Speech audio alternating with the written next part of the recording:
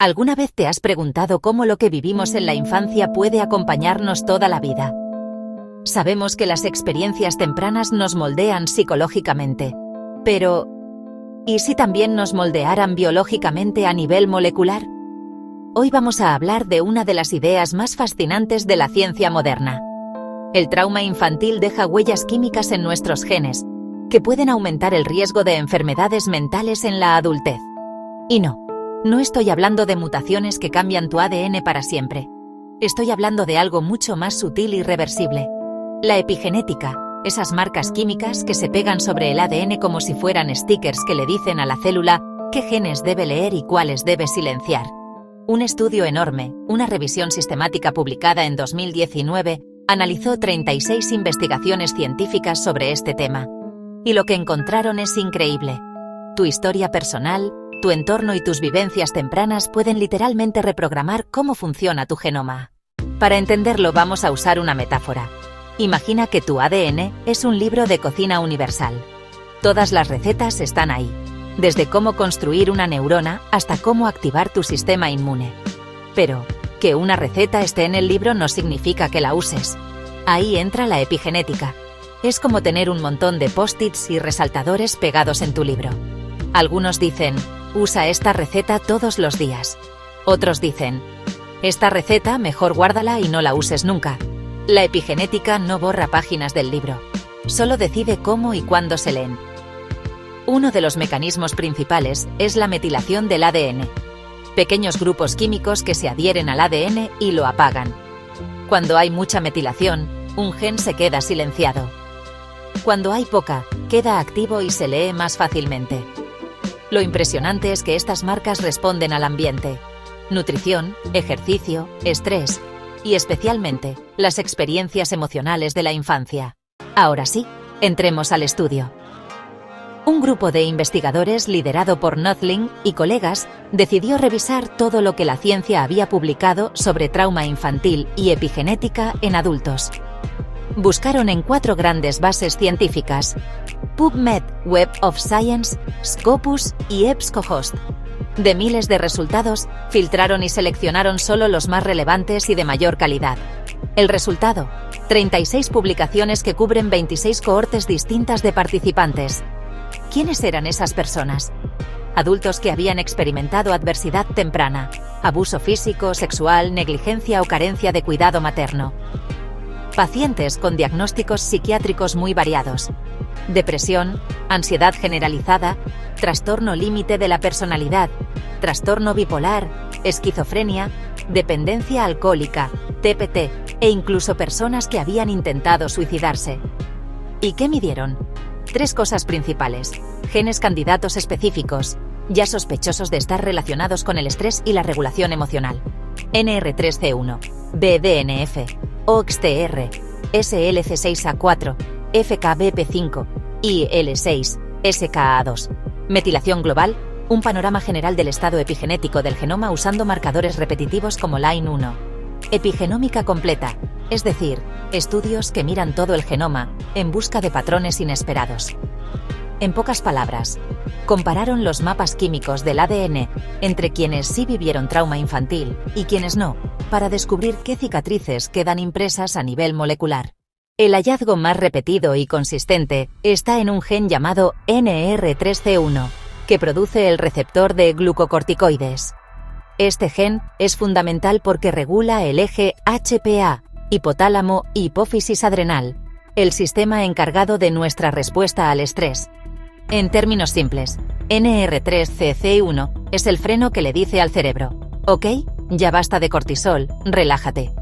¿Y qué encontraron?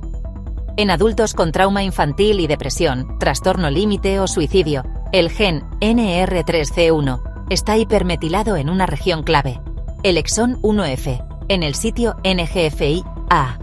Eso significa que el receptor se expresa menos. Traducción: el freno del estrés no funciona bien, y el sistema queda sobreactivado, generando vulnerabilidad a depresión y suicidio. Pero en casos de TPT y ansiedad generalizada, encontraron lo opuesto: hipometilación, es decir, un NR3C1 demasiado activo. Aquí el sistema del estrés funciona de manera diferente. hiperreactivo, siempre en modo alerta. Este hallazgo es impresionante porque muestra que el trauma infantil no afecta a todos por igual. Es como si pudiera torcer el sistema en direcciones distintas, dependiendo del trastorno. Además de NR3C1, otros genes también muestran huellas epigenéticas del trauma. BDNF, factor neurotrófico derivado del cerebro, el fertilizante de las neuronas. Fundamental para la plasticidad sináptica, la memoria y el aprendizaje. Con trauma infantil, aparece más metilación en su promotor. Menos BDNF, menos capacidad de adaptación cerebral. OXTR, receptor de oxitocina.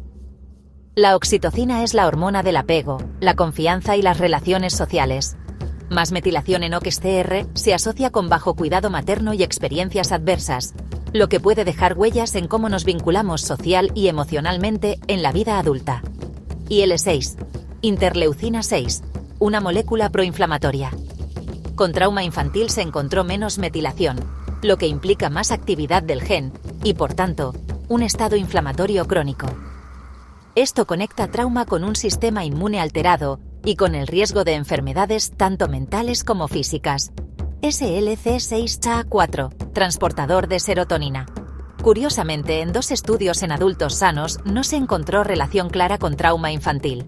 A pesar de ser el gen de la serotonina, tan famoso en la depresión, aquí no apareció como protagonista. FKP5. Este gen regula cómo funciona el receptor de glucocorticoides. En este caso, en la región más estudiada, intron 7, tampoco hubo una relación clara con trauma.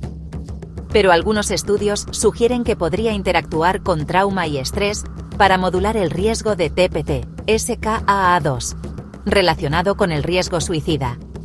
Aquí el trauma no predijo cambios por sí solo, pero interactuó con la metilación basal para aumentar la probabilidad de TPT. Cuando los investigadores miraron el genoma completo, encontraron algo aún más llamativo. Las vías más afectadas por el trauma infantil son mantenimiento y función neuronal, sistemas inmunes e inflamatorios, procesos de modificación de cromatina e histonas, unión de factores de transcripción. Un hallazgo que resalta: en TEPT, las personas que habían sufrido trauma infantil tenían un perfil de expresión génica que solo coincidía en un 2% con las personas con TEPT, pero sin trauma. Es decir, tener TEPT con trauma infantil y TEPT sin trauma son prácticamente 2 enfermedades biológicas distintas. En términos globales, algunos estudios también encontraron menor metilación global, como en Line-1 y BAG, en esquizofrenia con trauma, aunque los resultados son más inconsistentes en este campo. Por supuesto, no todo es concluyente. El campo aún enfrenta grandes limitaciones, estudios con pocas personas, métodos muy distintos entre sí, que dificultan comparar resultados, confusores no siempre controlados, tabaquismo, dieta, estrés actual, etc. Escasez de diversidad cultural y geográfica. La mayoría de estudios son de países ricos. Y lo más importante, falta de estudios longitudinales que sigan a las personas a lo largo del tiempo para ver si estas marcas epigenéticas son estables, reversibles o modulables. El mensaje es claro. El trauma infantil no solo deja cicatrices en la mente, deja cicatrices en la biología misma de nuestros genes. Nuestro ADN es como un libro, y el trauma pega post-its que alteran cómo se lee. Lo increíble es que estas marcas epigenéticas son potencialmente reversibles. Esto significa que en el futuro podríamos diseñar terapias que no solo traten los síntomas, sino que ayuden a borrar o reescribir estas marcas. Así que la próxima vez que alguien diga que el pasado ya pasó, recuerda, puede que no cambie tu secuencia genética, pero sí puede influir en cómo tu cuerpo y tu mente leen ese código todos los días.